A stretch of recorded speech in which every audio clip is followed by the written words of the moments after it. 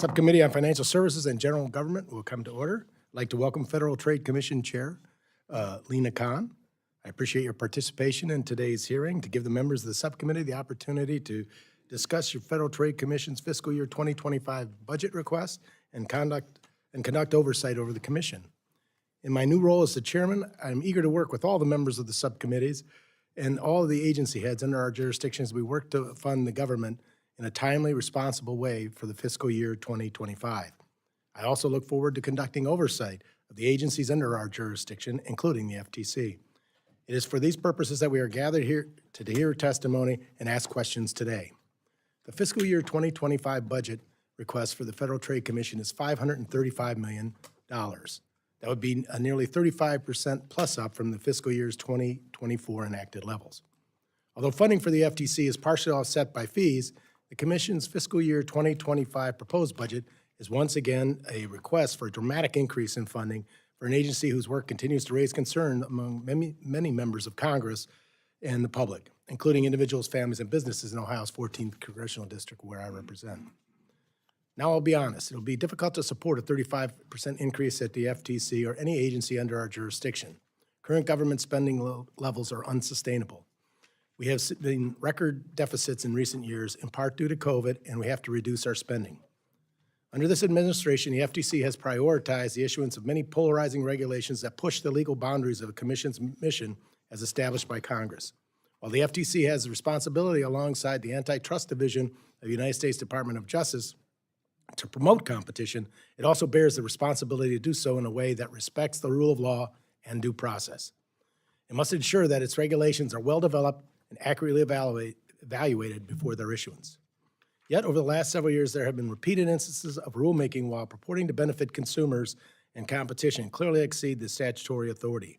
Some of these rules, such as the recently issued rule on non-competes, could be well-intentioned, but in reality, it goes too far and has the potential to stifle economic growth. Other rules, such as the CARS rule, claim to protect consumers, but the rule lacks a clear justification and adds unnecessary burdens to consumers. Even the FTC decided to pump the brakes on this rule while a legal challenge against it is pending. Similarly, last summer, the FTC proposed changes to the pre-merger filing forms and notifications. As you know, fees from those forms fund much of FTC's work. I'm concerned that the burden with this new proposal will have on businesses. By the Commission's own estimates, under the new rules, the time required for each filing will rise from the average of 37 hours to an average of 144 hours. The FTC expects some filings may take 222 hours to prepare. With such large-scale filings will be likely managed by larger corporations that have a support of experienced attorneys, it is inevitable that some of the increased burden will also apply to small businesses and startups. The constitutional statutory foundation for these and other rules that the Commission has issued is severely lacking, and I look forward to discussing that further today. While I expect that much of the dialogue today will focus on the work produced by the FTC, I'm also concerned with the work environment within it. Shortly after the change in leadership at FTC, staff reported their lack of trust in senior leadership's honesty and integrity at an alarming level. Reports also indicated that senior leaders did not generate high levels of motivation or commitment in the workforce. While those surveys have shown that some improvement in 2023, it's my expectation that the chair and all those working at senior levels of the FTC will continue to take necessary steps towards promoting and demonstrating workplace integrity. Particularly within an agency tasked with combating deception, honesty should be a core pillar. The subcommittee has a jurisdiction over the federal workforce, and with that in mind, I will remain watchful of the levels of employee satisfaction and trust within the FTC. I look forward to today's dialogue to discuss these topics and other pertinent topics. I now turn this over to my friend and ranking member, Mr. Hoyer, for his opening remarks. Thank you very much.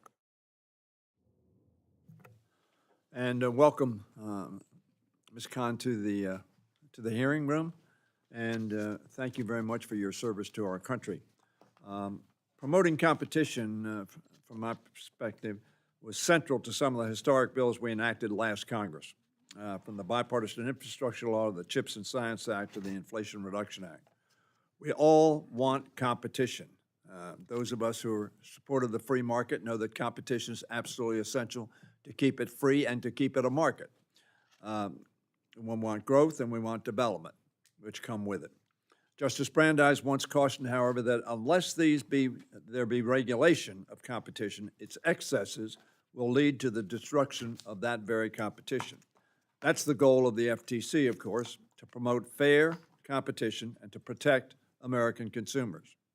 We've seen the detrimental effects of anti-competitive business practice on American consumers just recently.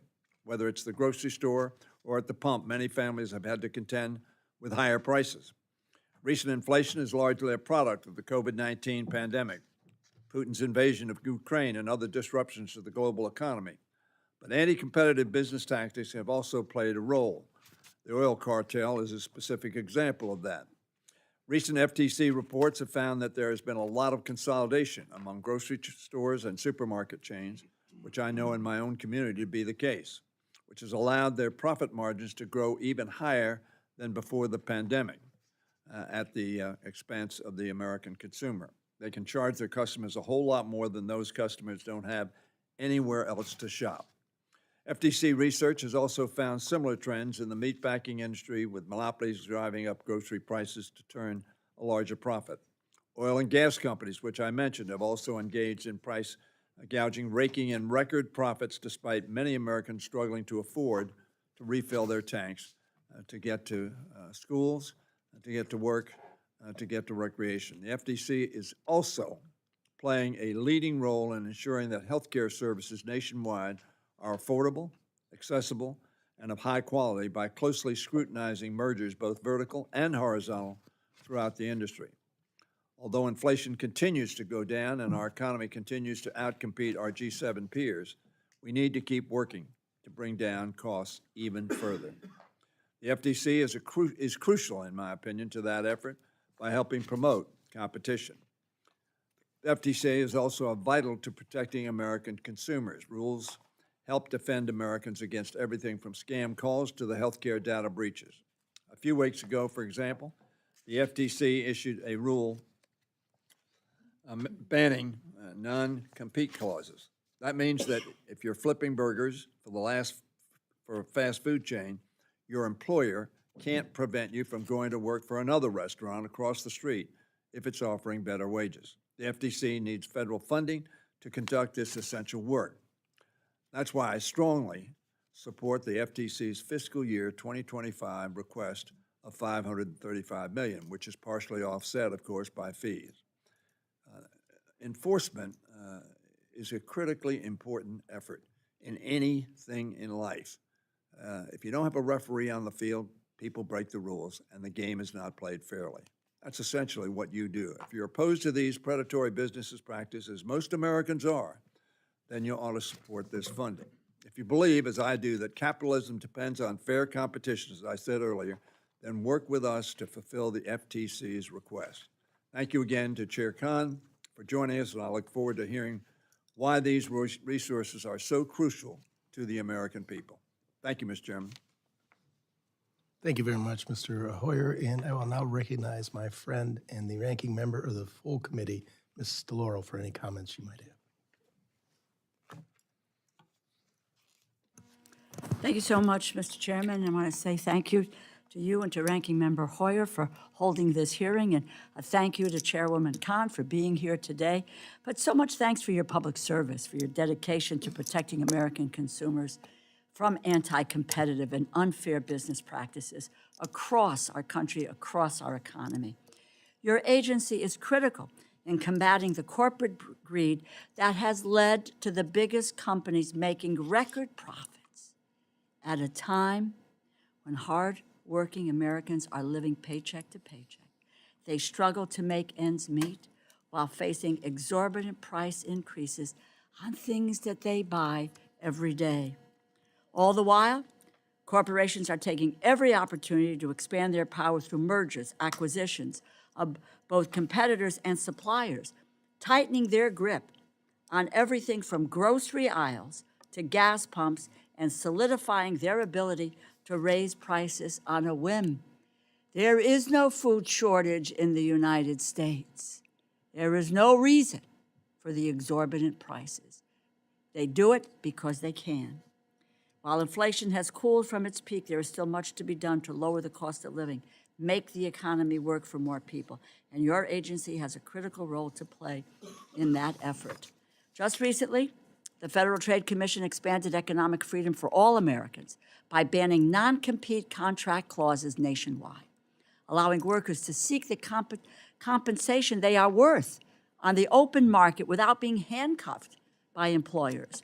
This action alone will put an estimated $524 in the average worker's pocket annually, will lower healthcare costs by nearly $200 billion over the next decade, and lead to 8,500 new businesses every year.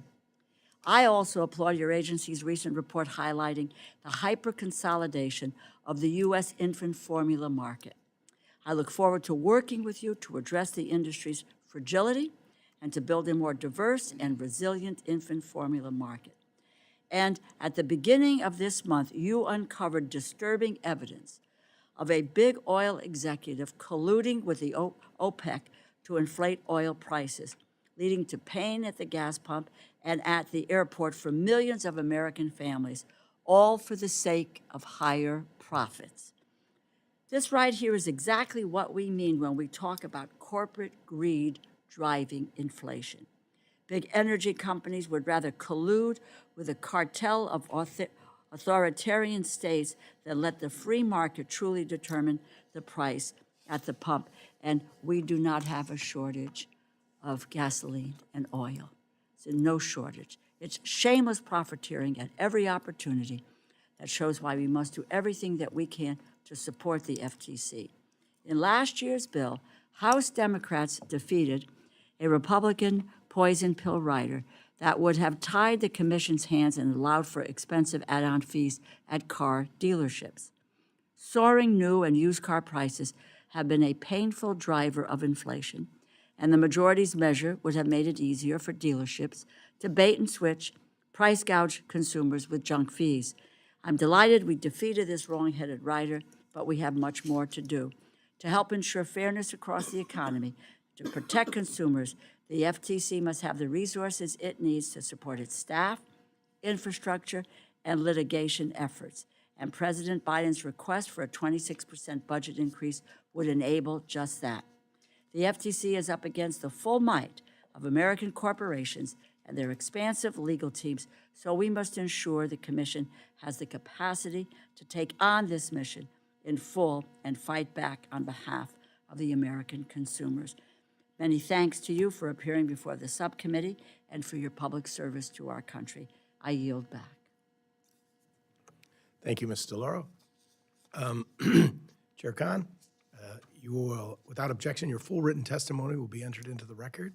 With that in mind, I ask you to please summarize your opening statement in 5 minutes. Good morning, everybody. Chairman Joyce, Ranking Member Hoyer, and members of the subcommittee, thank you for inviting me to testify today. Chairman Joyce, congratulations on your appointment as chair, and I look forward to working together. I'm happy to share with you all some of the critical work that the Federal Trade Commission has advanced this past year and to discuss with you the Commission's budget request for fiscal year 2025. For every $1 that the FTC receives in funding, we provide $14 in benefits to the public. For the American people, there is no doubt that resourcing the FTC is an excellent return on investment. Of course, none of this work would be possible without the talented and dedicated staff of the FTC, whose hard work and fidelity to the FTC's mission protect Americans' pocketbooks, privacy, and economic liberty. As American families continue to struggle with higher prices for daily necessities, the FTC's work helps ensure that Americans keep more of their paychecks. By protecting fair competition and preventing unlawful business practices, our work improves families' bottom lines and lowers costs, be it at the grocery store, the pharmacy counter, or the gas pump. As part of that work, the FTC has initiated the largest crackdown on illegal telemarketing in our history, and consumer complaints have plummeted nearly 60% since 2021. As AI turbocharges scams, we're shutting down fraud affecting older Americans, veterans, and other underserved populations, including those recovering from opioid addiction. The Commission is bringing all of its tools to bear to protect Americans' privacy. Over the last year, we have taken on unscrupulous data brokers and issued bans on firms who exploit or endanger people's sensitive health or geolocation data, including by selling it to entities in China. We've also proposed a rule to strengthen kids' privacy online and to limit companies' ability to sell kids' data for profit. The Commission has issued rules to address some of the most widespread consumer scams. We proposed a rule to protect Americans from hidden, deceptive junk fees that cheat them out of tens of billions of dollars each year, and finalized a rule requiring clear upfront pricing for cars, one of the biggest purchases that Americans make. We proposed a click-to-cancel rule that will make it as easy to cancel a subscription as it is to sign up for one, freeing people from subscription traps. And we finalized a rule to protect Americans from government and business impersonation scams, which are becoming ever more sophisticated with the adoption of AI. We have been just as active in our competition work.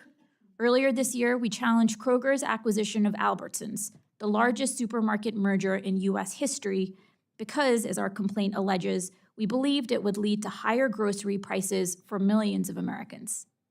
When we investigated Exxon's proposed merger with Pioneer, we found evidence that Pioneer's former CEO attempted to organize anti-competitive coordinated output reductions between U.S. oil producers and OPEC+, potential collusion that could contribute to Americans paying more for gas.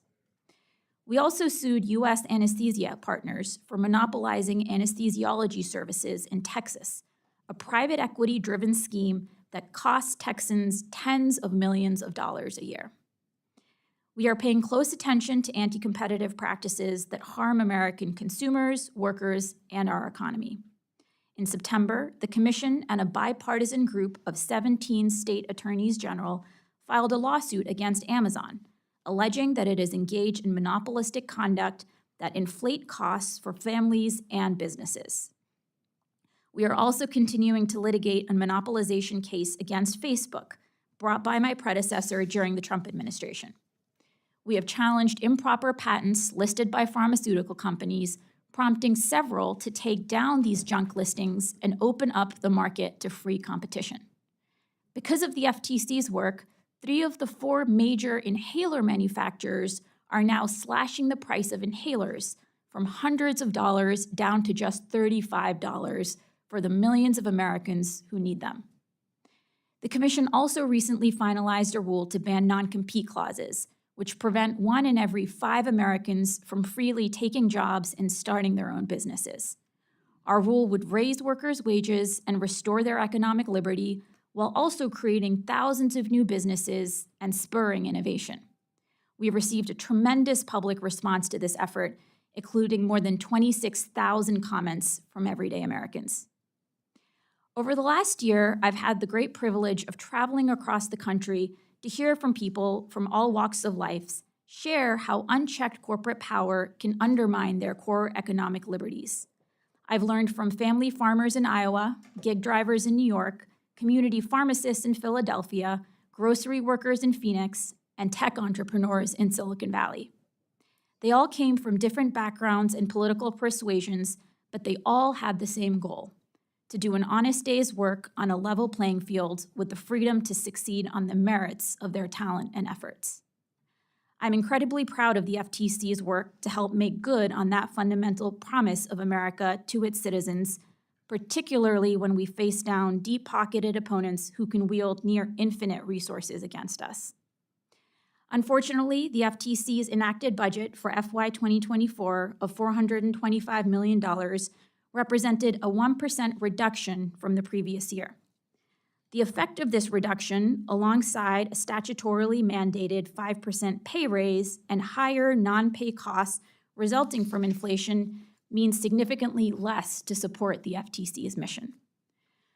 To support our efforts in FY 2025, the Commission is requesting $535 million and 1443 FTE, an increase of $109 million and 55 FTE.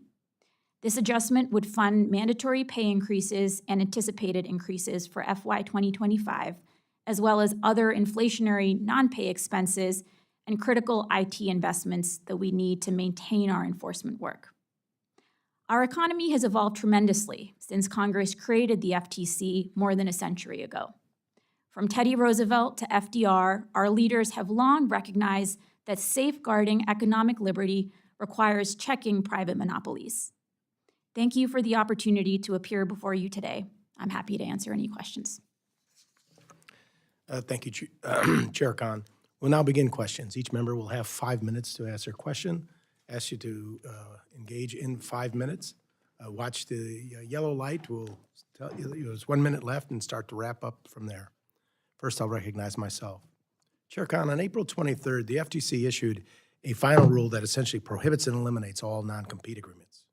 Well, I agree that there are many and were many businesses who use non-compete agreements in a way that wrongfully harmed employees and stifle competition and growth. Not all non-compete agreements are created equally. Under what statutory authority did the FTC issue the final rule prohibiting non-compete agreements and essentially nullify such contracts between employees and employers across the country? So the FTC promulgated this rule under Section 6G of the FTC Act, which says that the FTC can issue rules as part of its work. Section 5 of the FTC Act prohibits unfair methods of competition, and the FTC has determined that non-compete clauses constitute unfair methods of competition, and so that was the authority that we did this under. Would you agree that the rule carries economic and political significance? And if so, is this rulemaking not subject to the major questions doctrine? Congressman, we followed some of those developments in the Supreme Court quite closely, and in our final rule, we lay out why we do not believe that this runs into the major questions doctrine. I'll say, just stepping back, as we undertook this work, we weren't confident on the front end what necessarily the scope of this rule should be, but it was because we ended up receiving 26,000 comments from people across our economy, across our country, from bartenders and janitors who've had non-competes vigorously enforced against them, to small businesses and entrepreneurs who shared with us how non-competes have prevented them from launching their new businesses and contributing to economic growth. And so we concluded that this was the right place to land. Fair enough. Last year, we had a little dialogue about the CARS rule. I mentioned in my opening statement, it is my understanding that the FTC has decided to delay the implementation of that rule while a legal challenge against it is pending. It seems to me that this rule was misguided and clearly burdensome from the beginning. Instead of delaying the effective date, why not just withdraw the rule? Thanks for the question. So just to step back, the CARS rule is pretty simple. It basically prohibits auto dealers from lying to car buyers about costs and prices. So the rule says you can't engage in bait and switch tactics, and you can't impose junk fees. So, charge people for, say, nitrogen-filled tires when really the tires just have regular air. So these are pretty simple principles. And the reason we did this is because despite a decade of enforcement, the complaints about deception at the auto dealer have not gone down significantly. We know that buying a car is one of the most expensive purchases that a lot of Americans make, and we need to protect them.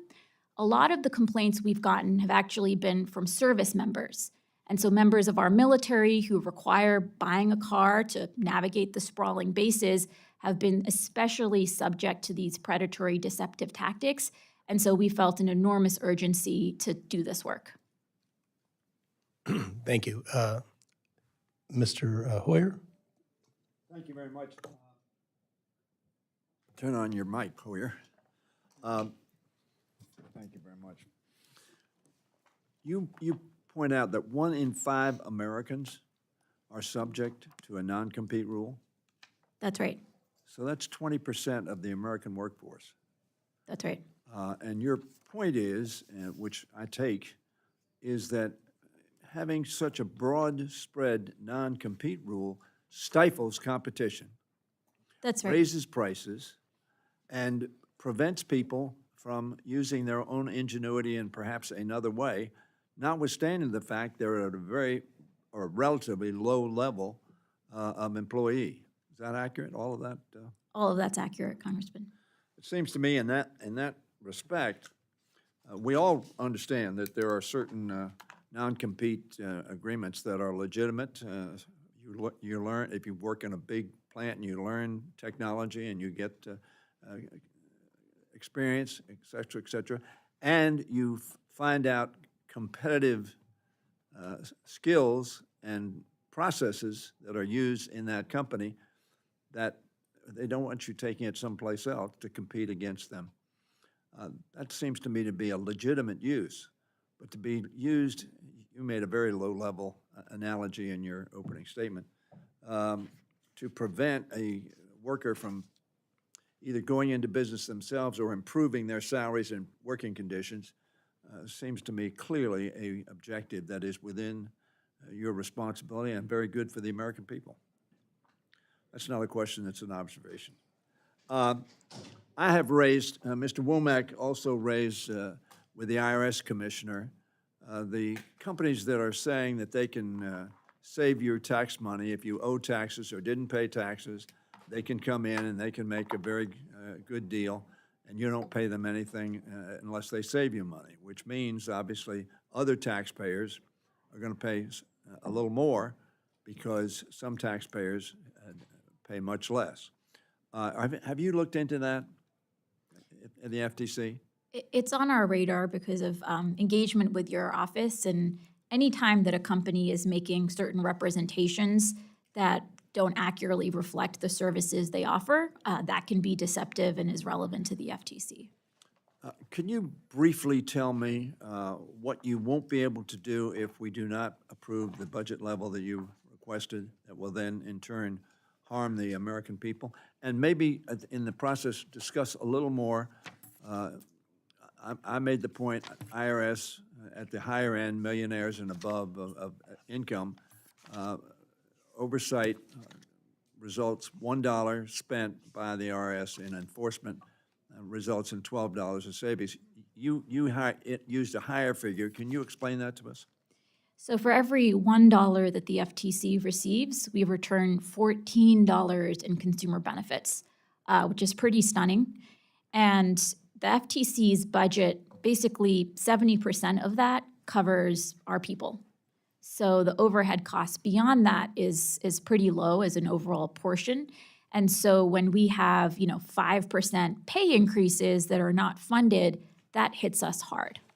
And so if we are not able to get funding to fully support our mission, that's going to mean fewer investigations, fewer lawsuits stopping law breaking by data brokers, fewer lawsuits stopping unlawful surveillance of kids, fewer lawsuits stopping illegal practices by healthcare monopolies, fewer actions to to cut back on elder fraud or Made in USA fraud or fraud targeting veterans. And so all of this is a core part of the FTC's work, and if we're not adequately funded, it's going to come at the expense of that. Thank you very much, and I'm going to pursue that further with you in your office. Also, two things, junk fees. The President's made a real point of that. The administration has. There are a lot of junk fees, and people don't know about them and perhaps don't need them, more pointedly. I'd like to look into that further. And also would like to discuss with you more in depth the car rule, because I have some very reputable car dealers who have talked to me about this and indicated this is more make work and doesn't get to a more honest result, which you have opined. So I'm going to look at that further. I don't have time to question you about it in depth, but I do want to look at that further. Thank you. Thank you, Mr. Hoyer. Chair will now recognize Mrs. DeLauro for any questions she may have. Thank you, Mr. Chairman. Chairman Khan, I wanted to ask you about price gouging in the food market and the FTC's role in alleviating the pressure that families are feeling here. Over the last 4 years, food prices have risen over 25%. That's according to the Consumer Price Index. Large corporations like to blame inflation on supply chain shocks. Report after report shows that the price increases have been driven by large corporations taking advantage of an outsized market to raise prices on the backs of working people. And again, there is no food shortage in the U.S. So FTC released a report finding that large grocery retailers, quote, seem to have used rising costs as an opportunity to further raise prices to increase their profits, which remain elevated today, end quote. I know your agency and the administration have been trying to address the financial pressures consumers are feeling. What actions has the FTC taken to date to rein in high food prices? So the FTC earlier this year sued to block the Kroger-Albertsons merger because we alleged that that would result in higher prices for American consumers. As you noted, we also have done a study looking at supply chains in the grocery sector and trying to understand both what happened when the supply chains seized up and what's happened now that those stresses have been relieved. What we found was that consolidation and concentration can contribute to severe supply chain disruptions. Because if you concentrate production, if you put all of your eggs in one basket, a single disaster or a single outbreak can lead to all sorts of cascading problems, and the entire supply chain can seize up. And so promoting competition is good for more resilient supply chains. We also found that when these supply shortages hit, big companies were able to get special discounts, special access from big suppliers, and independent grocers got shut out. And so there can be an asymmetric impact where big corporations get out ahead and smaller corporations get left behind.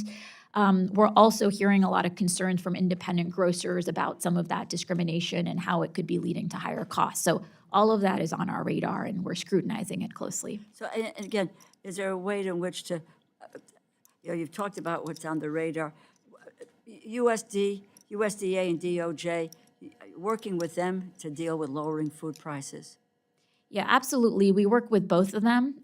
We also have a lawsuit pending right now taking on practices by the two big pesticides manufacturers.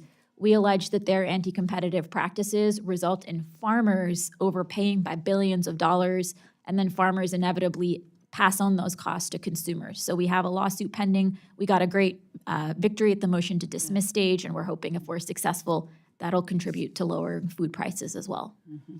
Just as we wrote a letter, several of us, to the president. This is action on high food prices, and prohibiting exclusionary contracting by dominant firms in the industry, guidance on potential violations of the Robinson-Patman Act and Section 5 of FTC Act, cross-agency collaboration. That really is what you're referring to. So I hope you'll consider all of these options. I look forward to working with you on this issue. It is the biggest concern that the American people have, that they've gone to the grocery store and they're getting priced out. And that shouldn't happen. Let me move to infant formula, where you've done a report that examines some of the factors that led to the nationwide shortage of infant formula in 2022. Concerning for WIC participants who purchased more than half of infant formula in the United States. And that infant formula crisis really demonstrated the fragility and the hyper-consolidation of the U.S. infant formula market. 3 companies controlling upwards of 97% of the market. You mentioned several policy changes at FDA, USDA to improve access to safe infant formula for families in my state and across the country. In addition to the actions taken by FDA and USDA, what additional actions can FTC take to promote competition in the infant formula market? Address WIC, if you can, for a moment. Does that mechanism create large savings for the government, allows WIC to provide more benefits within budget restraints, but do you believe that single supplier contracts will be a long-term problem in addressing the consolidation in the infant formula market? So there's no doubt that WIC is such an essential program. When we looked at the infant formula market, we did see some suggestions that the current approach to WIC contracting, which are basically the single source contracts, can encourage consolidation and harm competition in ways that locks out some of these smaller formula manufacturers from the market, and also means that if you have a single contamination in a single factory, that can create shortages across the country. And so there's no doubt that, there are benefits from the current approach, but there are also downsides when it comes to creating a more fragile system. And so I think we need to figure out what's a better and more optimal balance there so that we don't have such a fragile market that really hurts American families.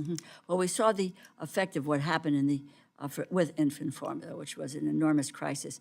We shouldn't let that crisis just pass without trying to address some of the issues. What I would love to do is to work with you and to look at how we're going to promote that competition in the market and how, without disrupting the flow of WIC benefits because they are needed, but how we can have a different approach to not further encouraging consolidation. So thank you, and Mr. Chairman, thank you for indulging the additional time. I appreciate it. I appreciate the question, Ms. DeLauro. Now recognize Mr. Womack for any questions he may have. Thank you, Mr. Chairman, and welcome Chair Khan to the committee. I know my friend Cindy Hoyer is going to talk a little bit more about cars. The cars rule, we'll dig into that too a little bit. And in your opening comments, you talked about the work that you've done on robocalls, on unwanted telephone traffic coming into the homes of everyday Americans. And congratulations on that, but you haven't fixed the problem, right? That's right. We have seen a significant drop in complaints, but obviously, robocalls are still a scourge. There's Is no it doubt. possible that the reason you don't have as many complaints is people have just given up? It's possible. I mean, we have been. I think it's undertaking- probable. Because I used to hear a lot from people, and in conversations, I still get comments. They're still getting this.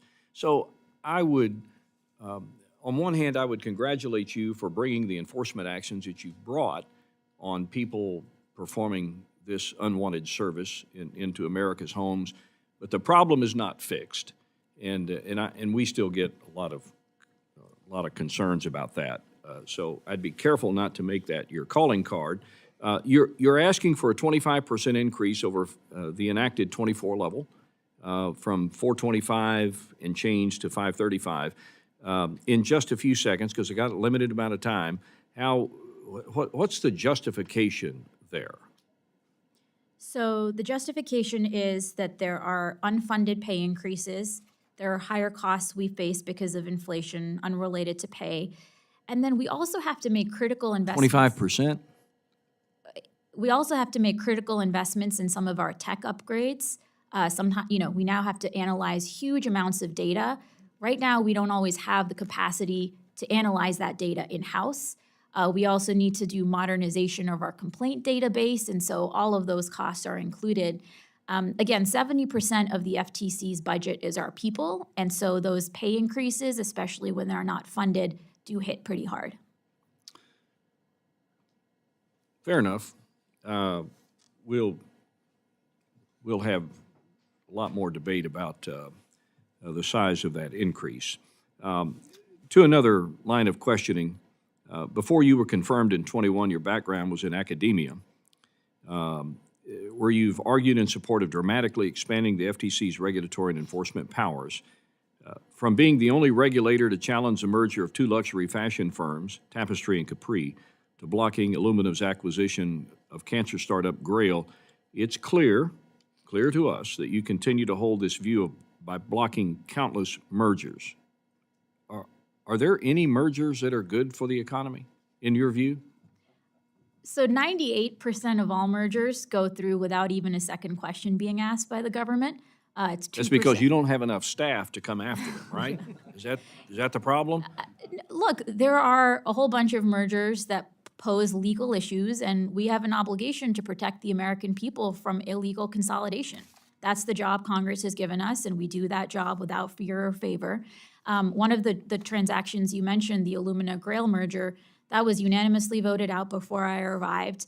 The commission unanimously issued an opinion believing that deal was illegal, and we got a resounding win in the Fifth Circuit last year, saying that the FTC was right. This was an anti-competitive deal. So I think we're getting it right. Well, it's often been said that a broken clock is right twice a day. And so I'm not going to dispute the fact that there are things that the FTC is doing that strike the right balance. I think the challenge for us is where is there too much government? I mean, you talked about you gave the example on cars, nitrogen-filled tires versus regular air tires. Do we need the government to tell us that? Is that what the purpose of government is? I struggle with too much government. As a matter of fact, academia has reported that because of your background, that you've openly admitted, in someone's words, preferring to err on the side of overly aggressive enforcement rather than too passive enforcement. Do you admit to that? Well, Congressman, I do think that over the last 40 years, we've seen huge amounts of consolidation that has resulted in a more centralized economy, right? I mean, one of the contributors of America's economic success has been open, competitive markets and free enterprise. And if we allow too much centralization, that's going to set us back. And so I believe, and Congress has charged the FTC with vigorously enforcing the antitrust laws to ensure we have free enterprise and fair competition, and that's what we do. Well, we'll hold some of these questions for a little bit later, but suffice it to say, the challenge for the members of this committee, given the pressure on the discretionary budget of the U.S. government, is to how much of this government can we actually afford, and where is there too much government? And that debate, I think, is still alive and well. I yield back. Thank you, Mr. Womack. We will now recognize Mr. Molinar for any questions he may have.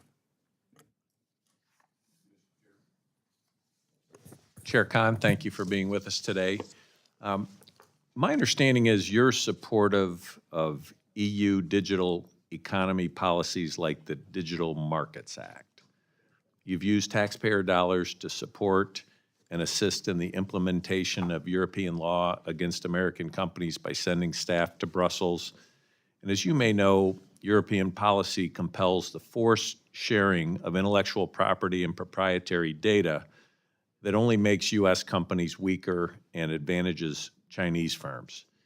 Have you considered how the European laws that you support provide an advantage to Chinese competitors and undermine U.S. competitiveness in European markets?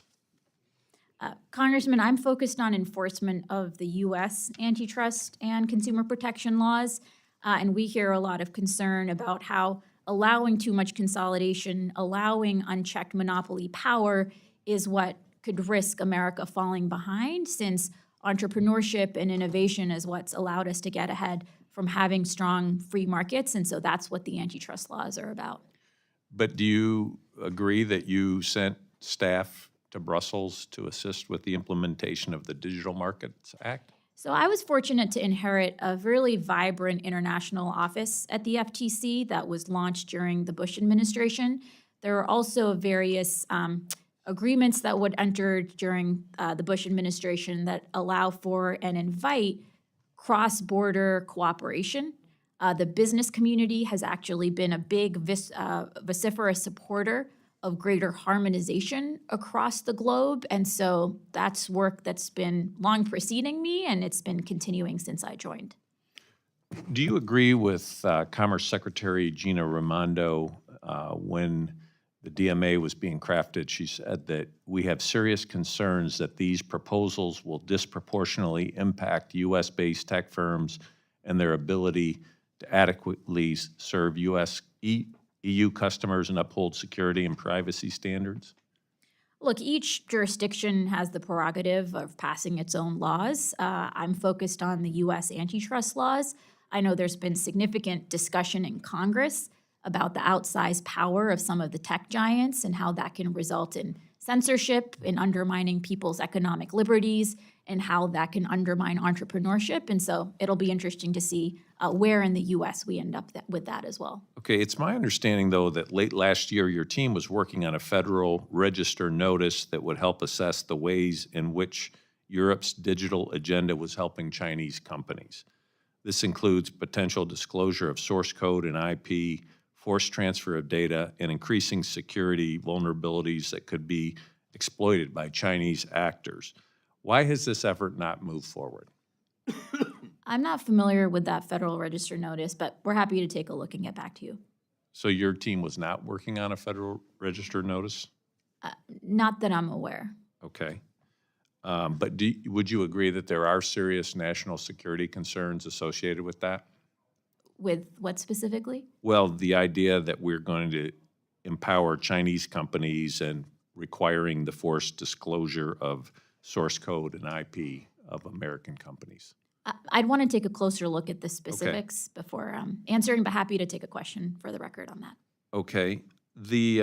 Are you aware that China is actively pursuing digital negotiations with some of our key trading partners, such as the Digital Economy Partnership Agreement with New Zealand, Singapore, South Korea, and Chile?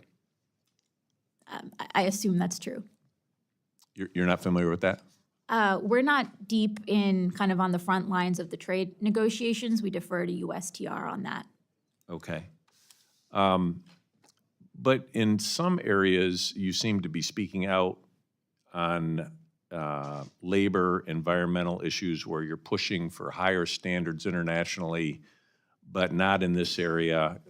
You'd be allowing China to set the standards in this digital world. Do you see an inconsistency with that? The FTC is not weighing in on Chinese trade agreements. There may be other parts of the administration. No, that I'm they're doing that. referring to setting standards, international standards. You've been involved setting standards on environmental issues and labor issues, but not on digital ones? We have not been involved in setting environmental standards. I've been very clear that ESG claims and commitments actually are not relevant to antitrust analysis. They can't rescue illegal deals. So maybe there's a misunderstanding about some of Well, the thank you. I will submit for the record on the questions. Thank you. Thank you, Mr. Chairman. Thank you, Mr. Molnar. We will now recognize Mr. Cartwright for any questions he may have. Thank you, Chair Joyce. And to our witness, welcome.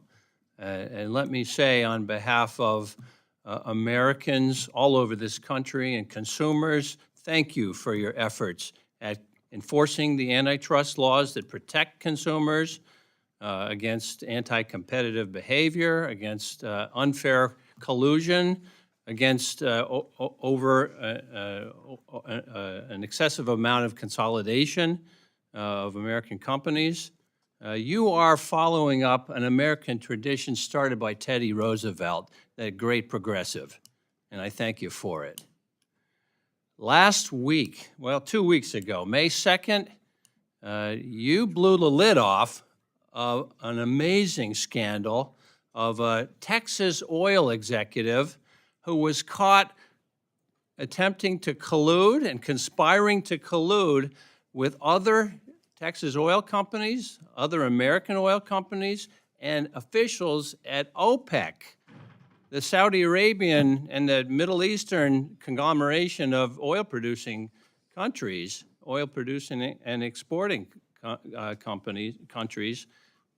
You caught this man colluding. You caught this man conspiring to collude with other companies, with OPEC, and this was his plan, because oil prices were dropping during the pandemic. He wanted to prop up oil prices by reducing output by American oil producers, reducing output by international oil producers. In fact, according to the FTC's complaint, by the way, you did file a complaint May 2nd, and Mr. Chairman, I ask unanimous consent to enter this complaint into the record. This is the public version of the complaint, without objection. In your complaint, you quoted this executive from Texas. He said, if Texas leads the way, maybe we can get OPEC to cut production. Maybe Saudi and Russia will follow. That is our plan. That was in your complaint.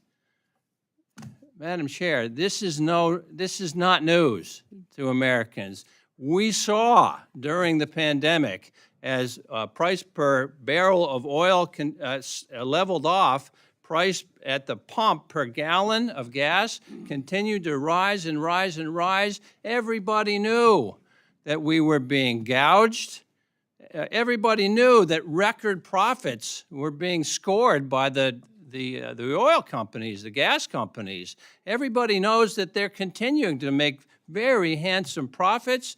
And people know that this executive that you singled out, that you caught conspiring with OPEC, is worth over $200 million. It isn't enough that American consumers are struggling to pay their bills, to make ends meet, as prices remain high after the pandemic. And prices are driven by oil prices and gas prices. Everything we buy has oil and gas prices baked in because it has to be delivered. It has to be transported. We knew this. Americans understand about the record profits of the oil companies. And it isn't enough that the gas prices are killing people. It isn't enough that the prices of everything continue to stay high. It isn't enough that these oil companies and multimillionaires and billionaires are still enjoying the fruits of the tax cuts they got in 2017. None of that's enough. Now they have to conspire with OPEC and with other oil companies to keep prices high at the pump by limiting production. What I want to ask you about this complaint is, would you explain to us why that's illegal, what I just described? So the U.S. antitrust laws prohibit collusion, they prohibit price fixing, they prohibit coordinated output reductions. And so if we find executives publicly signaling, or as we found here as well, privately communicating with other executives, or in this case also with OPEC officials from countries like Saudi Arabia, saying effectively, hey, wouldn't it be great if we all collectively cut back production so that prices would stay high and we could pad our profits? That's something that's concerning. Well, it concerns all of us here. I commend your work. Keep going, Chair Khan. Get after it. I yield back, Mr. Chairman. Thank you for that statement, Mr. Cartwright. We now recognize Ms. Hinson for any questions she may have. Thank you, Mr. Chairman, and Ranking Member Hoyer for holding the hearing today. And Chair Khan, I appreciate you coming before us today to talk about the FTC's mission. I want to go back to a topic that several of my colleagues have already brought up, and that's the CARS rule. Back in January, obviously, you issued that. It would exclusively regulate motor vehicle dealers, and according to the Commission, the rule is aimed at protecting consumers.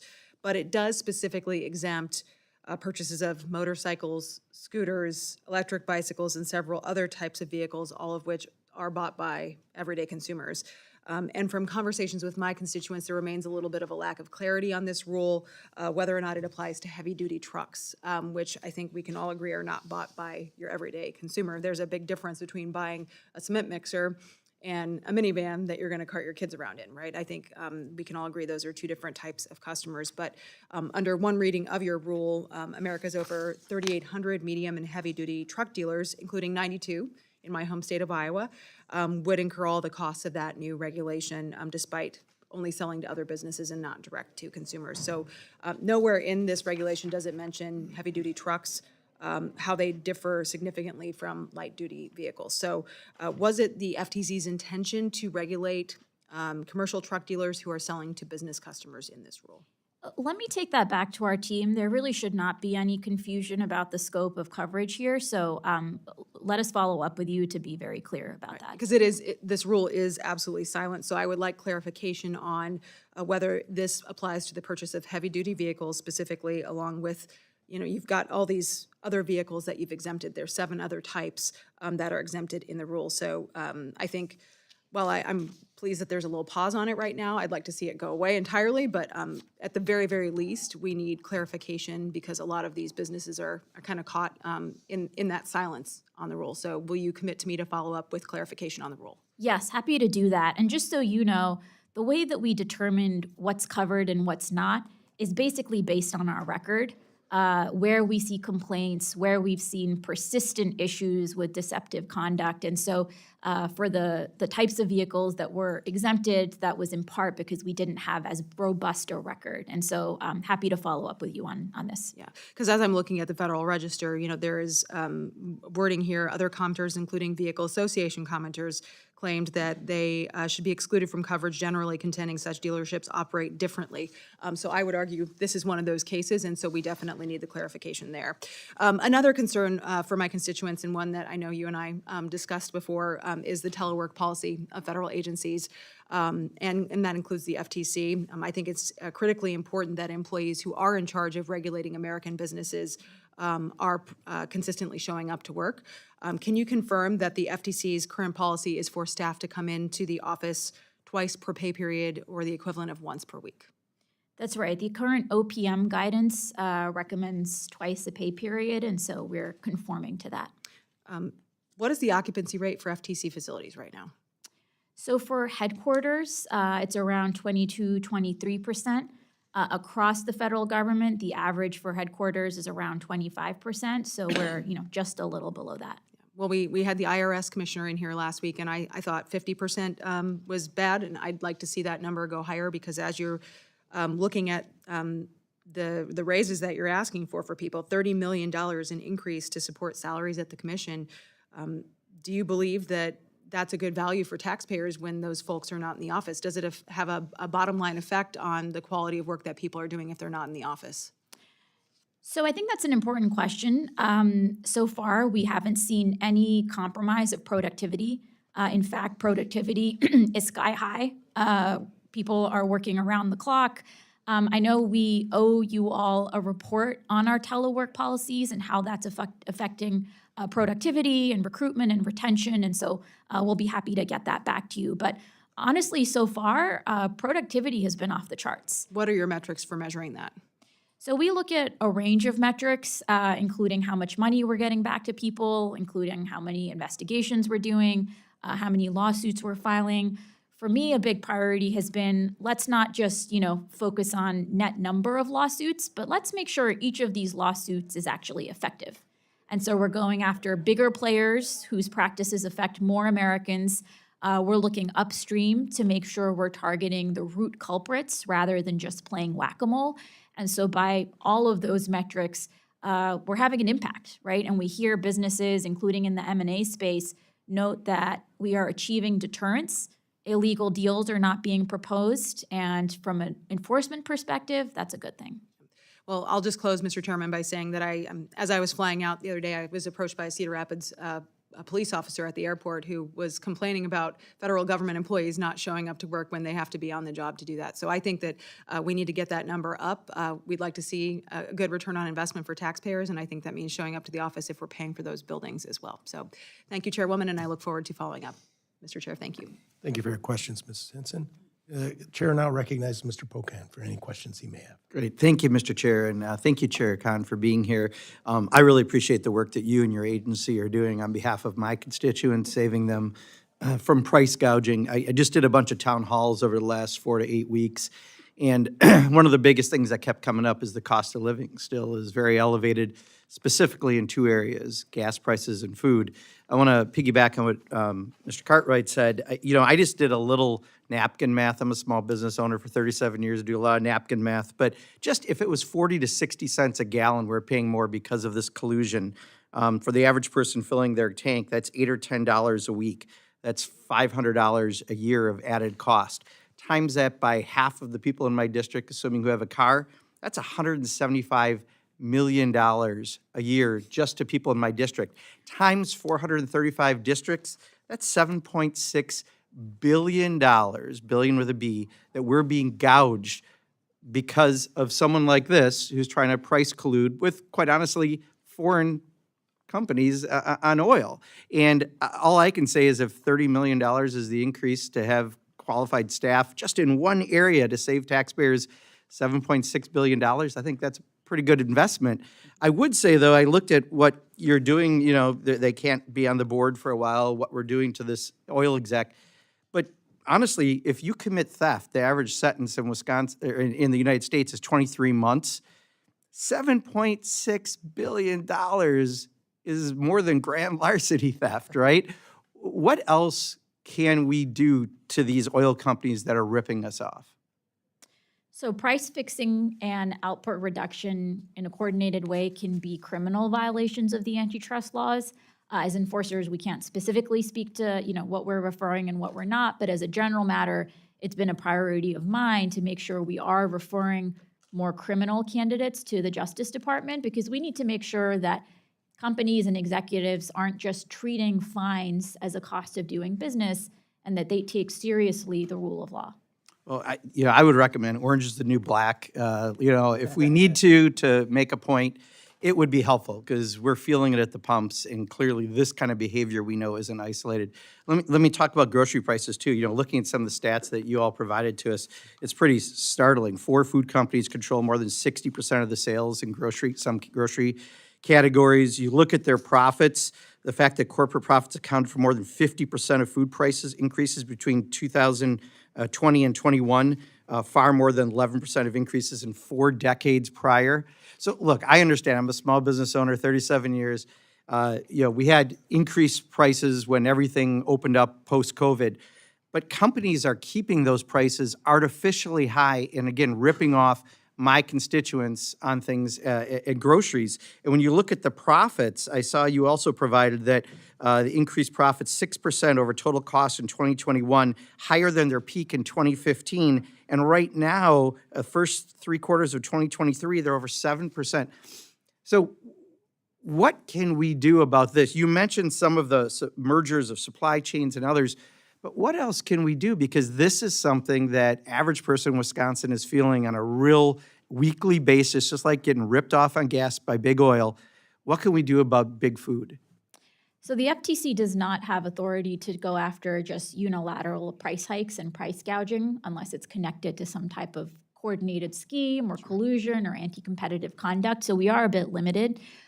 We are stepping back and understanding, how did these markets get so consolidated in the first place? What can we do to make sure the problem, A, doesn't get worse, but B, if we are starting to see anti-competitive conduct in the supply chain, that we're going after that. And so the lawsuit against the 2 pesticide giants is part of that.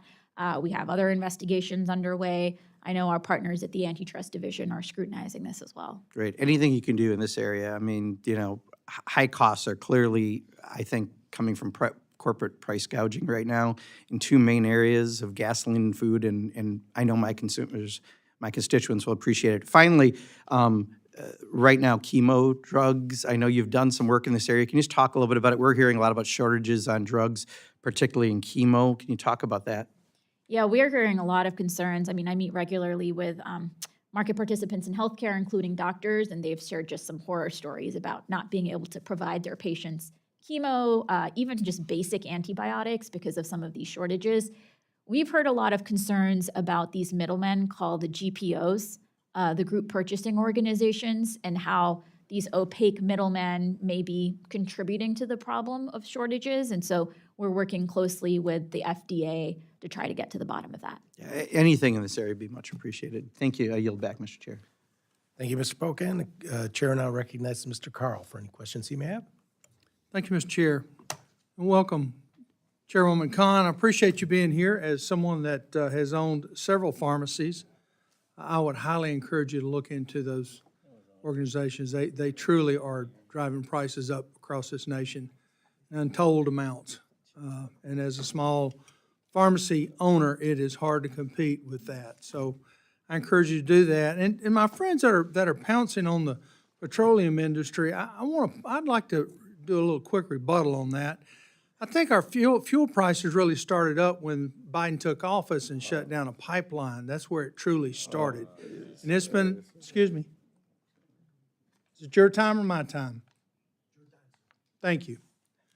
And it truly has reflected, it's been a domino effect in this country, and it will remain to be that way.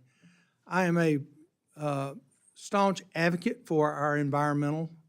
I've always been that way, but the way we're treating these things these days, it's really become a problem. As someone that has started I don't know, and one of these days I'm gonna stop and do the addition, but 10 or more companies, we'll leave it at that. And I've employed hundreds of people by myself as an independent. I've never seen a regulation that helped me as a small business. So I know you feel like regulations help, but in true fact, they hamper the small businesses. They may help us with the large corporations, but it does trickle down into the small businesses' pockets. So please keep that in mind. I think you've truly got your heart in the right place, and you're trying to do the best job you can with what you have to work with. I don't have a Harvard or Yale or University of Alabama education, but I do have an education in hard knocks and 35 plus years of business for myself. With that said, my question is this. The FTC has proposed a rule, so-called junk fee, that would require all businesses, including state-regulated finance companies, to provide new disclosures. Chairwoman Khan, for companies that are already complying with this Federal Truth in Lending Act, which I hope you agree offers a robust disclosure for consumers, and which is also already requiring much of the information that the FTC is seeking to have displayed through your junk fee rules. In order to limit customer confusion and costs on businesses to comply with the essential two similar rules, will the FTC exempt lenders who are already complying with the Truth in Lender Act from your junk fee? So Congressman, the problem that the junk fees proposal is designed to address is deceptive fees. So if you're going online and looking to buy a concert ticket and it's for $34, but when you go to check out, all of a sudden there's this $17.99 facility fee or service fee, you can't escape that fee. You don't really know what you're paying for.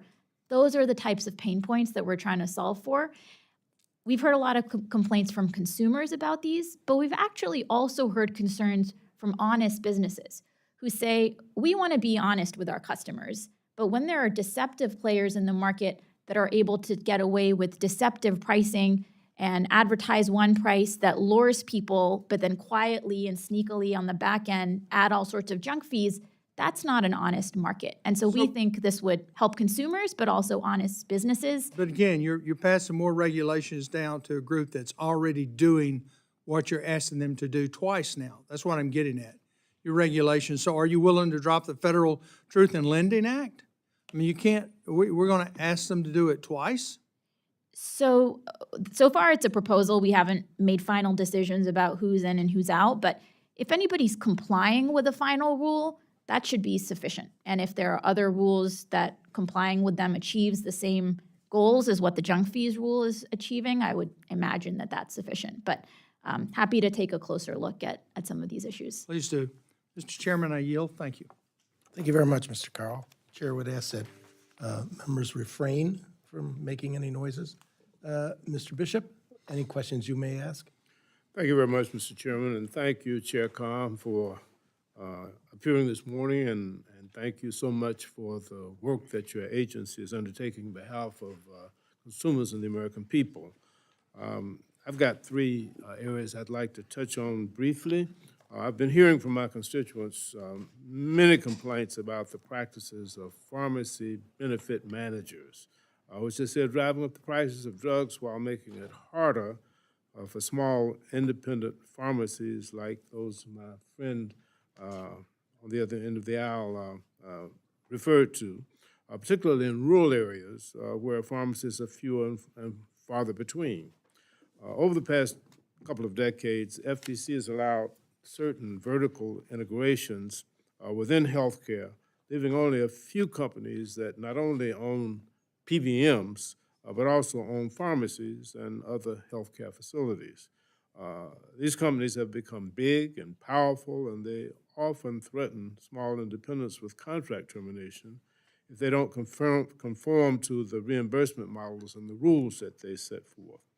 2 years ago, the FTC announced that it would look into this industry and the impact of vertically integrated pharmacy benefit managers on the access and affordability of prescription drugs. Can you let us know the status of the inquiry and whether or not you have sufficient resources to address what appears to be a pretty big issue for the affordability of prescription drugs.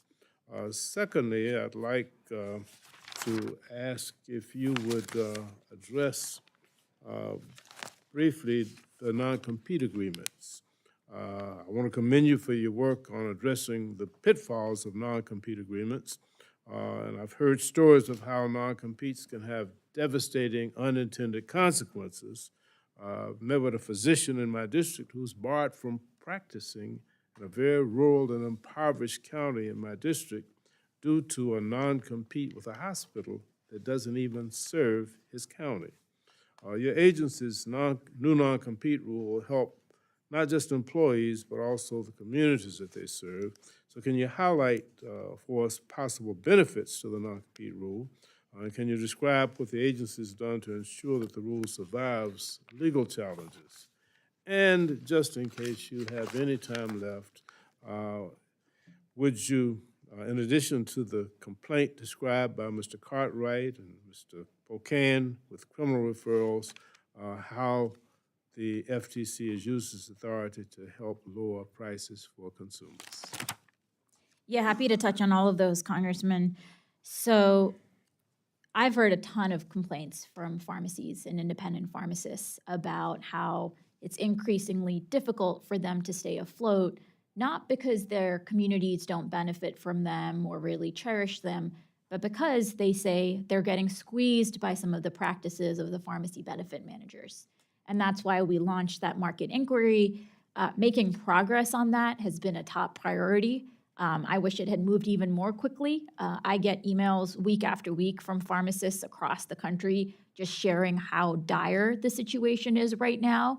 And we need to make sure that independent pharmacies are not getting pushed out of the market because of any illegal business practices by major players in the supply chain. And so this remains a big area of focus for us. Our team is small because our agency is small, but we are prioritizing it, and additional resources would let us do this type of work even more quickly. We've heard concerns about and are looking at both the ways that the potential rebates between the PBMs and the drug manufacturers could either be inflating drug prices or depriving Americans of access to lower cost alternatives to the high price brands. And then again, we're also looking at the pharmacy facing side and whether the vertical integration is enabling or incentivizing certain practices that could be systematically disfavoring and squeezing the independents. On non-competes, we also heard a lot of concern from healthcare workers, and some of them shared exactly what you just shared, which is that especially in rural communities, if you're governed by a non-compete, switching employers often means leaving the state and abandoning your patients. And in this way, non-competes could actually be contributing to some of the crises that communities face and not having enough healthcare workers locally. And so we absolutely hope that eliminating these non-competes will allow people to move more freely between employers, which will be good for them, but also will be good for patients and the communities that they serve. So, the rule has been challenged in court. We have a terrific team working to defend that rule because we think we're squarely within our legal authority. And this is exactly why Congress created the FTC, to prevent these types of unfair methods of competition. Thank you. Thank you for your questions, Mr. Sanford. And Chair will now recognize Mr. Edwards for any questions he may have. Thank you, Mr. Chair. Ms. Khan, thanks so much for being with us this afternoon or this morning. I've lost all track now. I'm quite honestly shocked that there is any government agency out there right now asking for a 25% increase in their budget from last year. Just plain and simple, this government cannot afford it. We're approaching any day now $35 trillion in debt.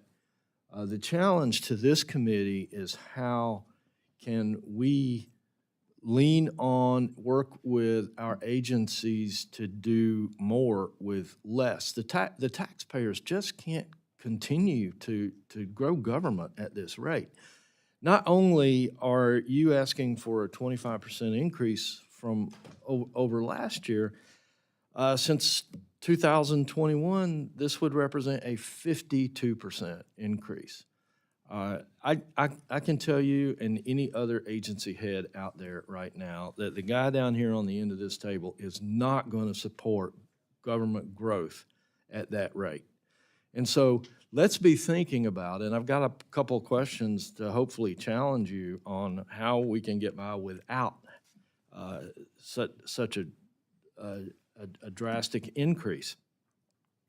Let's start with the 55 people that you intend to hire. Can you give us a little bit of insight on why you need 55 more people to do the same job that was done last year and the year before and the year before?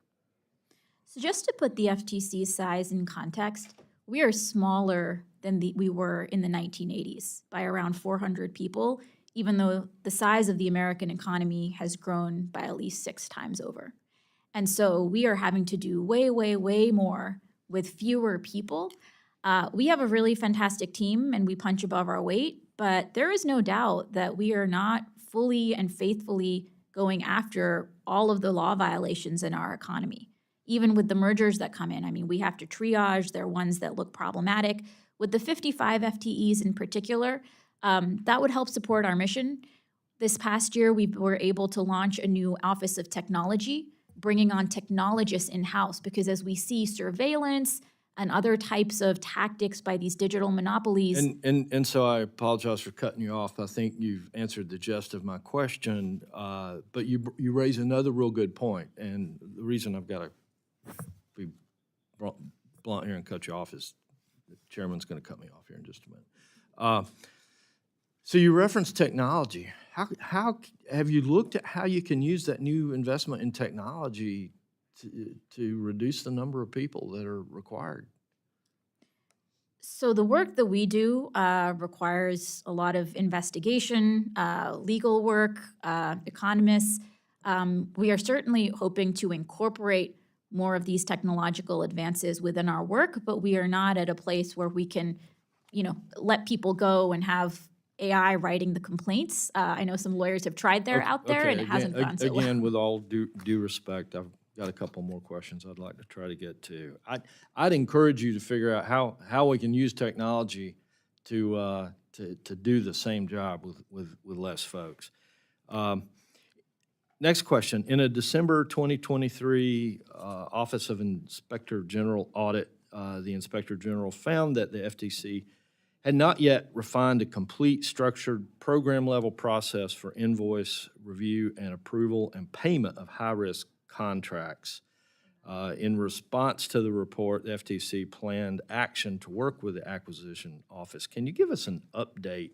And that report was due by March 30th of this year. Can you give us an update on the Commission's new process? So anytime the OIG flags certain areas that require improvements, we take that extraordinarily seriously. Since we got that recommendation from the OIG, we've been working closely to put those process improvements in place.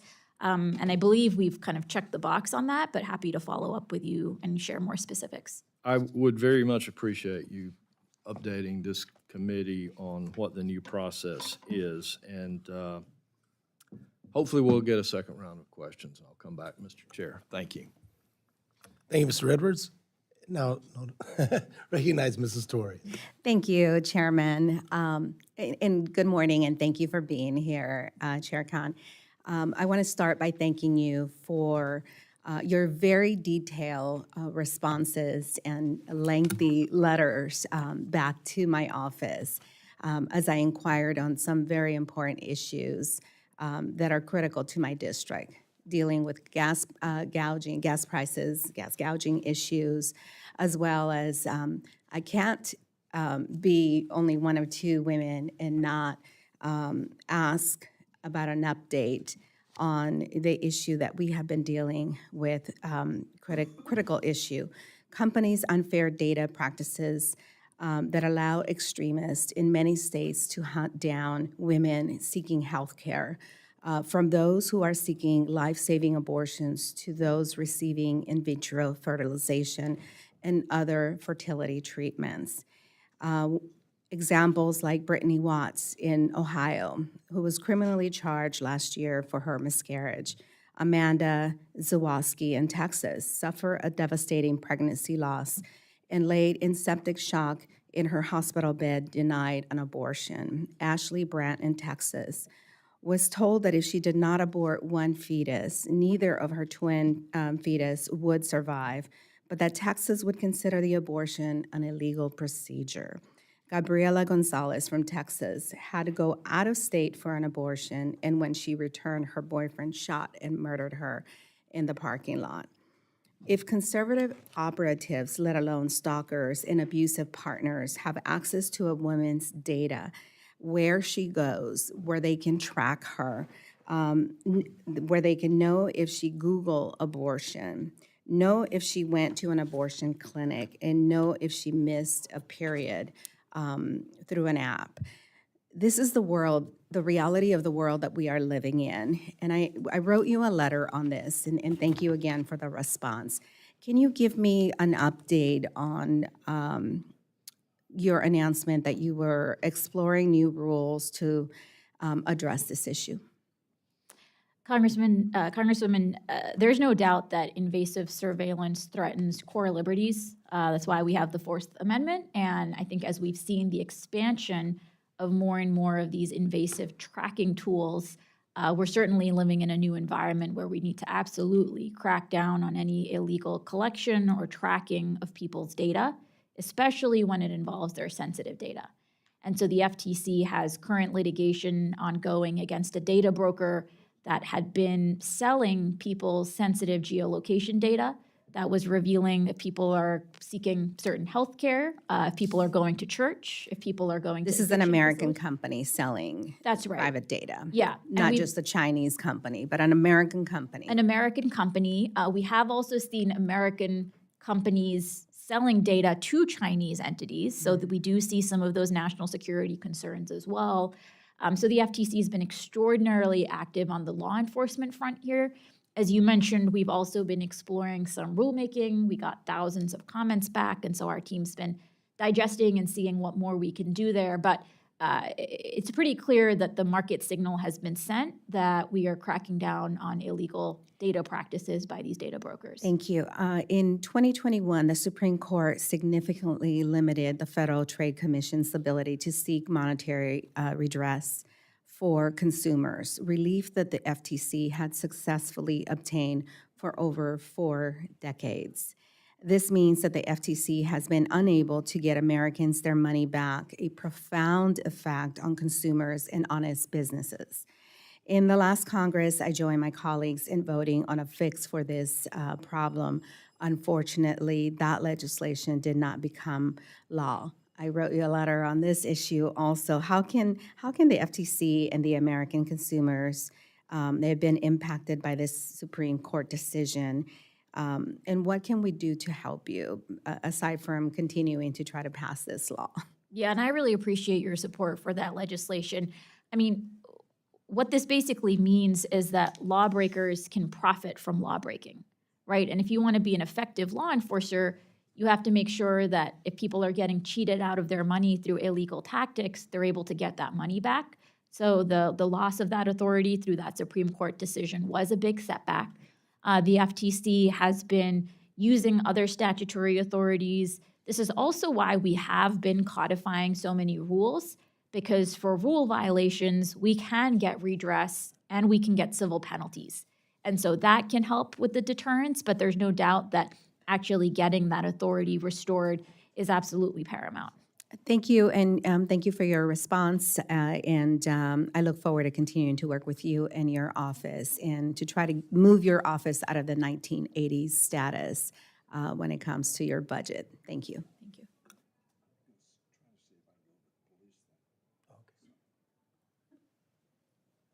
In discussing this matter with my ranking member, there's some who would like a second round. He indicates that he'd like to, but he's also has something on his calendar. So why don't we engage in the second round? And if in doing so, let the ranking member go first if he has any questions he has. Okay.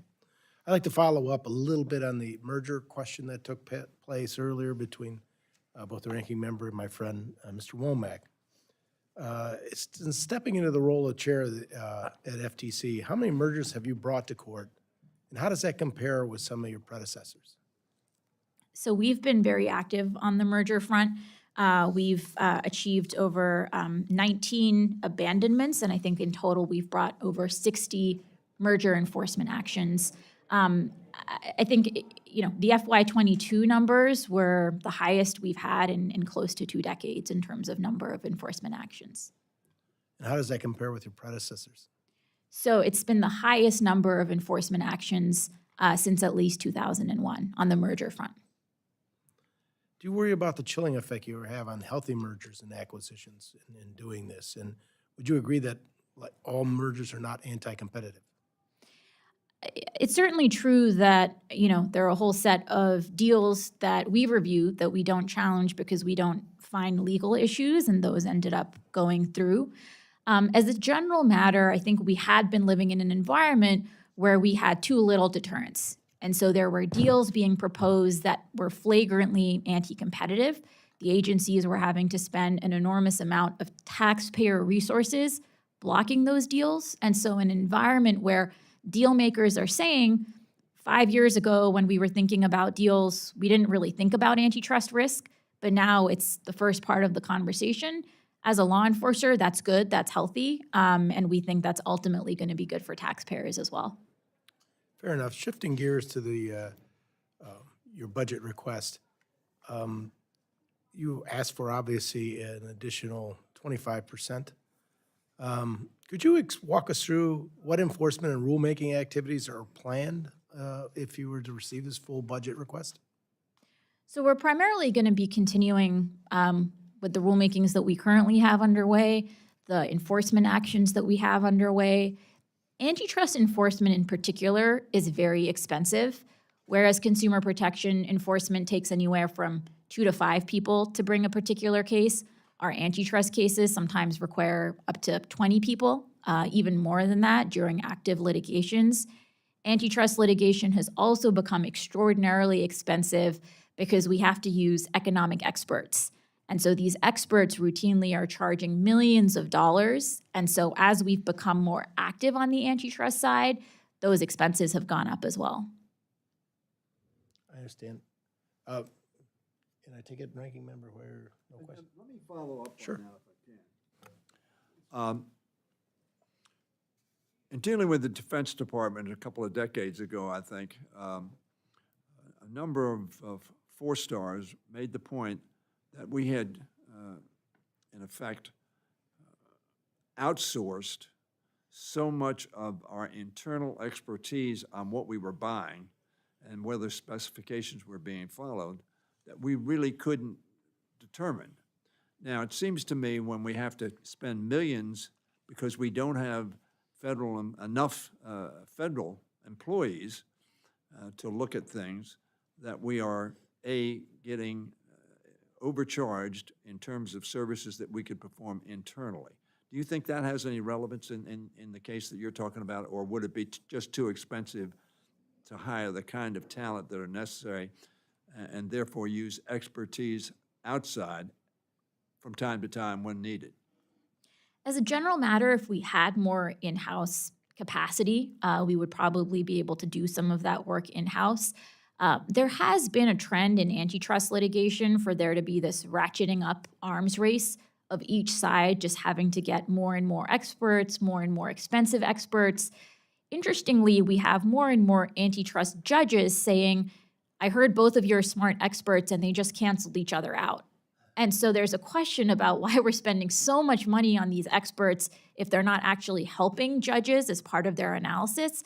That's probably an issue that would be fixed, through antitrust reforms to the legislation to cut back on just how some of this analysis is done and rely more on presumptions and per se rule. That would actually make enforcement of the antitrust laws much more efficient and be a boon to taxpayers. Thank you, Mr. Chairman.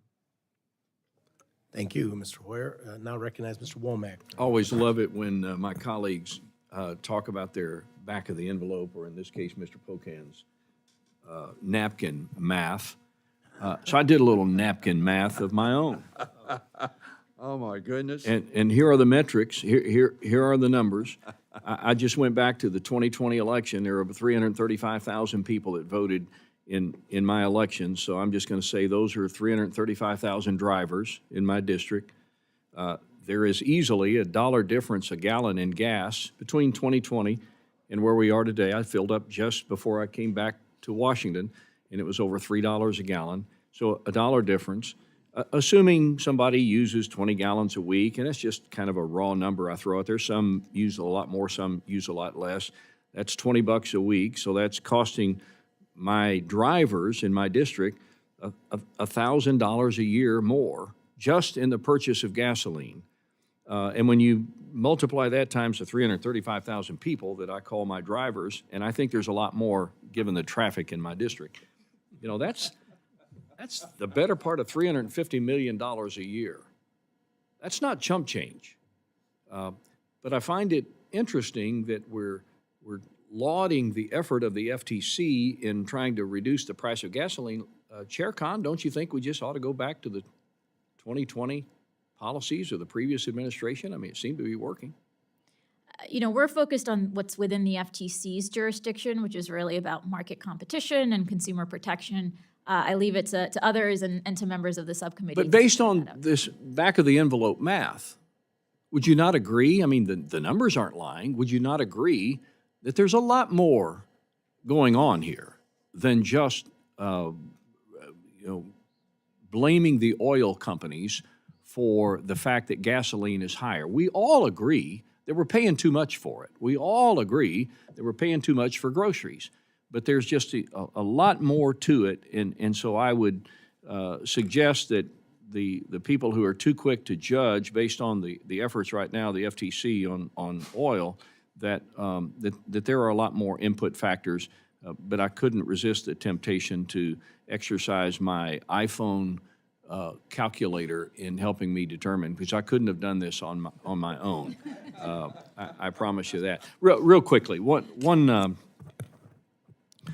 more issue that I wanted to bring up, and that's about the junk fees, and particularly the impact this whole idea on restaurants, because I eat out a lot, and my restaurant owners come and talk to me a lot. The inclusion of restaurants, particularly in small or rural communities, that some of the fees that they charge, surcharges, this sort of thing, called junk fees. Can you explain to me why you included restaurants in this notice? So in the proposal, we included everybody. We didn't slice and dice and say you're in and you're out, in part because we've had complaints from across the economy, and we didn't want to be accused of kind of arbitrarily excluding some and including others. We did get over 60,000 comments from the public on this, so we're digesting them. And if it turns out that, we have a stronger basis to address junk fees in some areas and not in others, we'll act accordingly.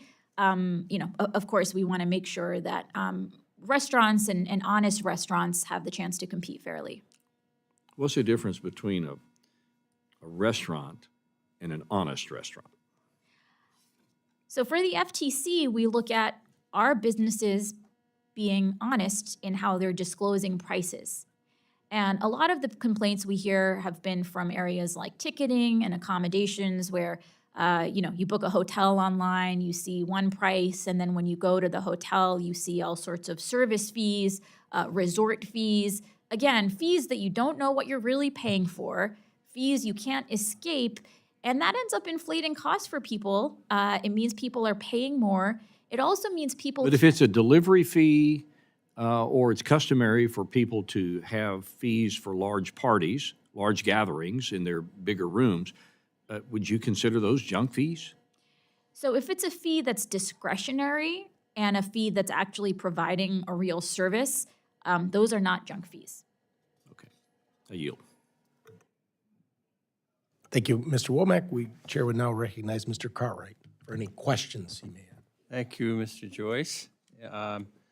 I have a high regard for Chairman Womack, and whether he does his calculations on a napkin or on his iPhone, I have no reason to dispute them. But I do want to give you a chance to weigh in, Chair Khan, about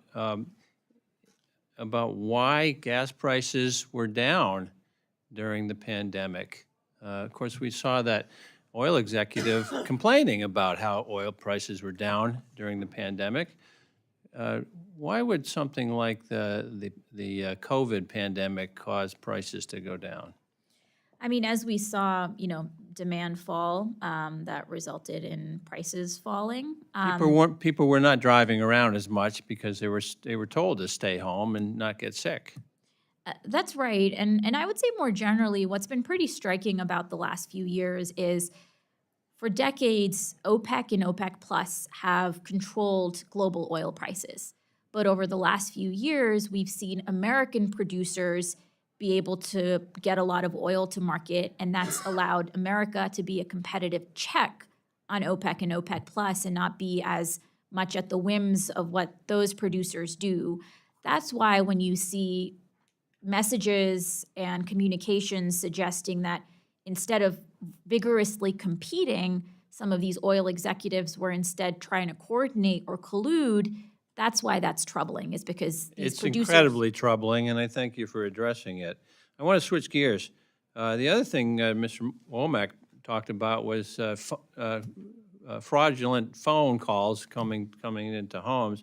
In 2022, seniors were scammed out of $186 million by fraudsters impersonating government officials, many of whom were impersonating workers in the Social Security Administration. In my district, over 190,000 seniors depend on Social Security to stay alive, and that means 190,000 people are potential targets of this kind of predatory, fraudulent behavior. Now, the FTC has taken up this challenge by finalizing its new government and business impersonation rule, which went into effect last month under your tenure. How will this new rule help protect seniors in my district? The rule will help protect seniors because it prohibits impersonation of legitimate businesses or of the government. And so we've also heard concerns about people making calls pretending to be IRS agents, saying you owe the American government thousands of dollars, and unless you hand that over, we're going to arrest you. Right? Pretty terrifying claims for unsuspecting people to be getting. Because we finalized the rule, that means that if we find these types of impersonation scams, we'll be able to get the money back for consumers, and also we'll be able to levy civil penalties, which add up pretty quickly and can also deter this illegal behavior in the first place. Another scam that has come into vogue is the grandparents scam. Fraudsters prey on elderly grandparents' love of their grandchildren by pretending to ask for money immediately needed by a grandchild, and they fall into that. Last year, elderly parents and grandparents lost $2.3 million to grandparents' scams. Is there a way to expand this new rule, this FTC government and business impersonation rule, to ensure protection and financial relief from victims of grandparents' scams? And these grandparent scams are now even more on the rise because of voice cloning technology, where people can actually mimic the precise voice of the grandkid. And we're already seeing an uptick in our complaint database of the voice cloning fraud. So we have actually proposed an expansion of the impersonation rule that would also cover impersonation of individuals. And that would, again, allow us to go after these individual impersonators, charge them with civil penalties. And that expansion will go through the normal rulemaking notice and procedures. comment. Yes, exactly. We're currently collecting comments. We've also been trying to invite from the public ideas for how can we detect in real time whether a voice on the phone is a real voice or a voice clone. And we just announced some winners of that competition and are hoping to get those ideas out in the market to make sure we can enforce the law more effectively and people can help police some of those as well.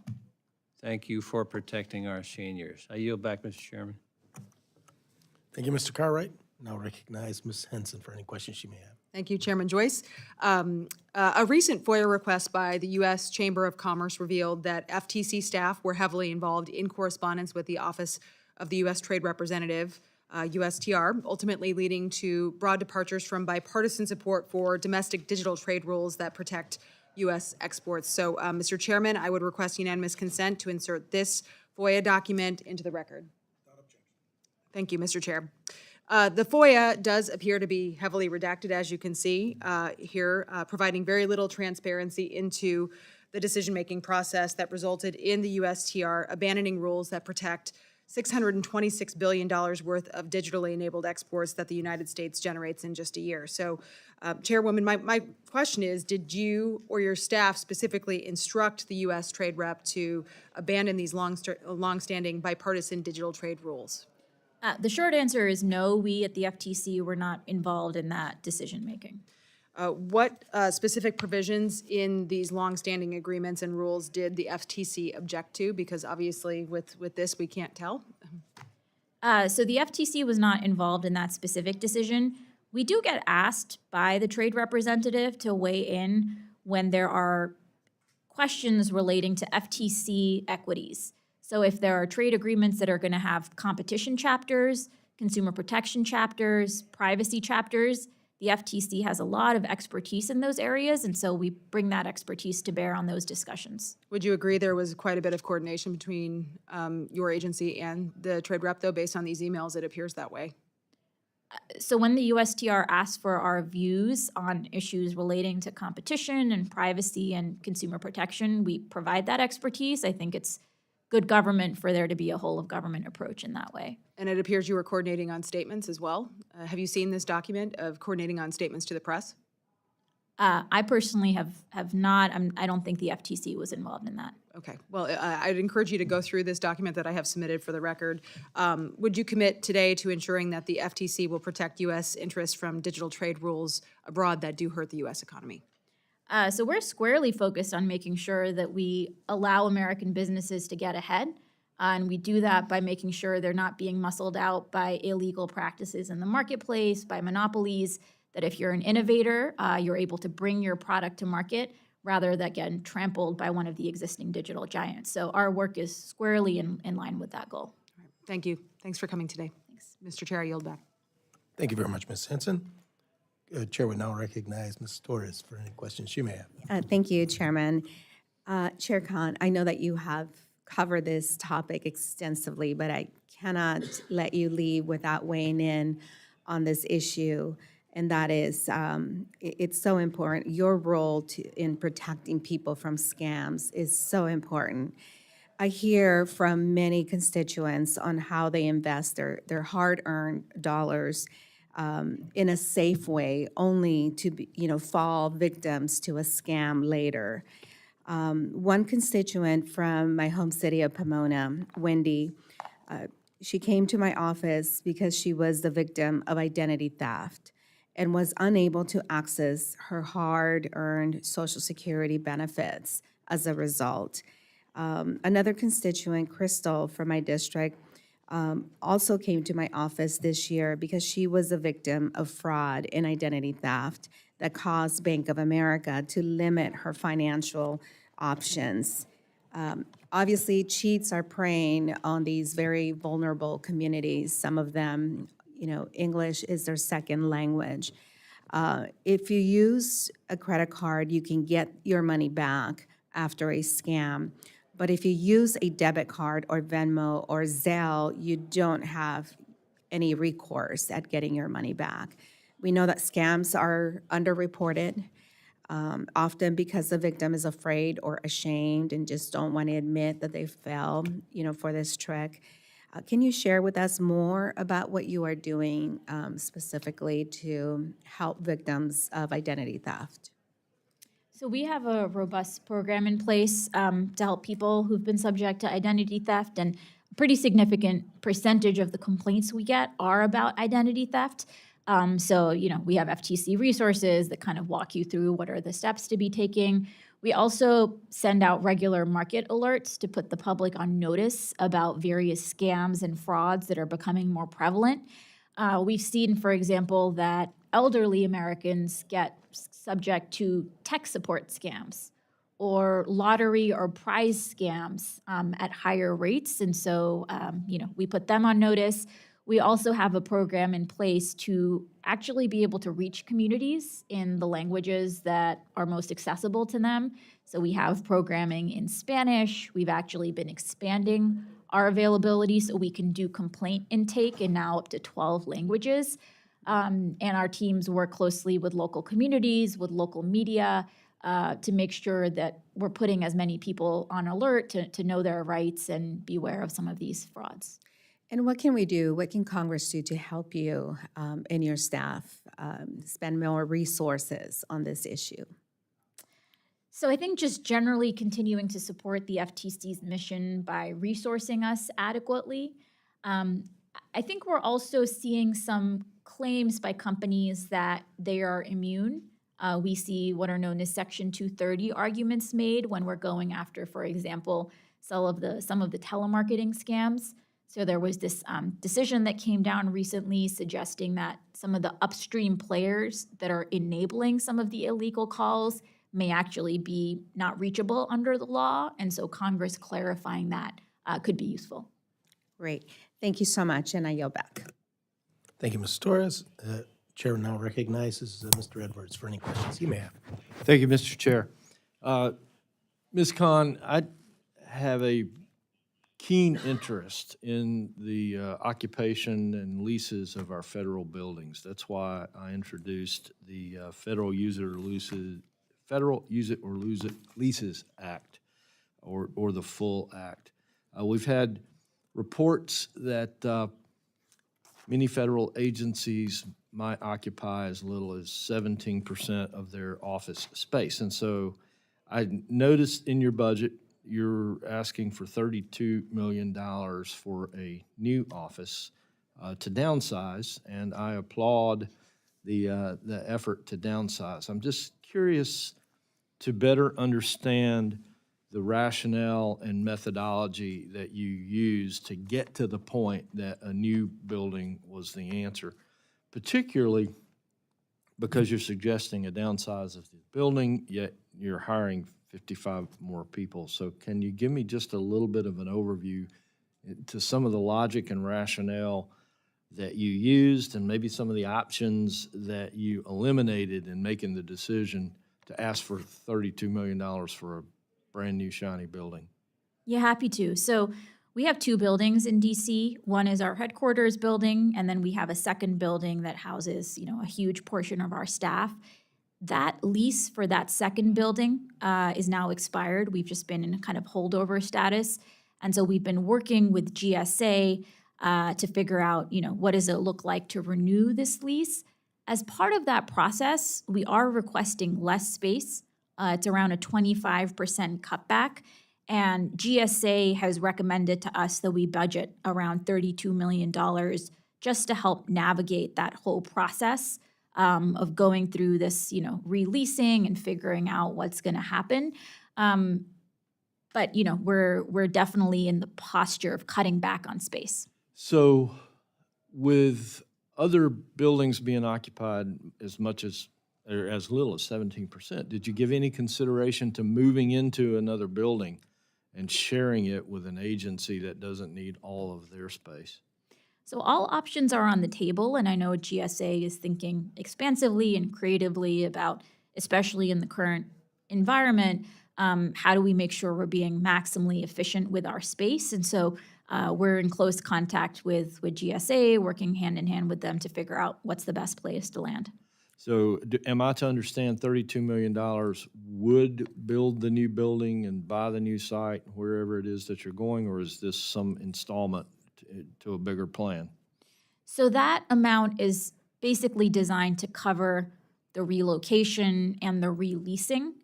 It's a number that GSA recommended to us when we told them what some of our spacing needs were.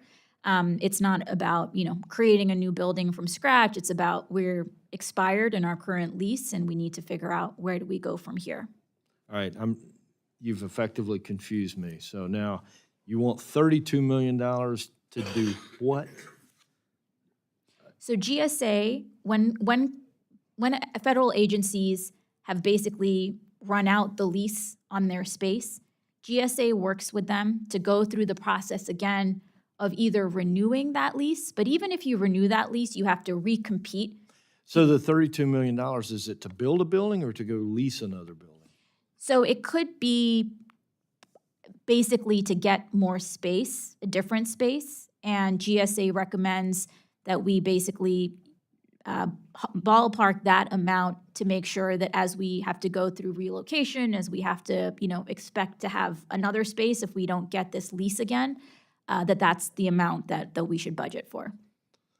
And so back to one of my previous questions, the $32 million would get a new lease or build a new building for what period of time? And what might this committee expect to see as a request in the future?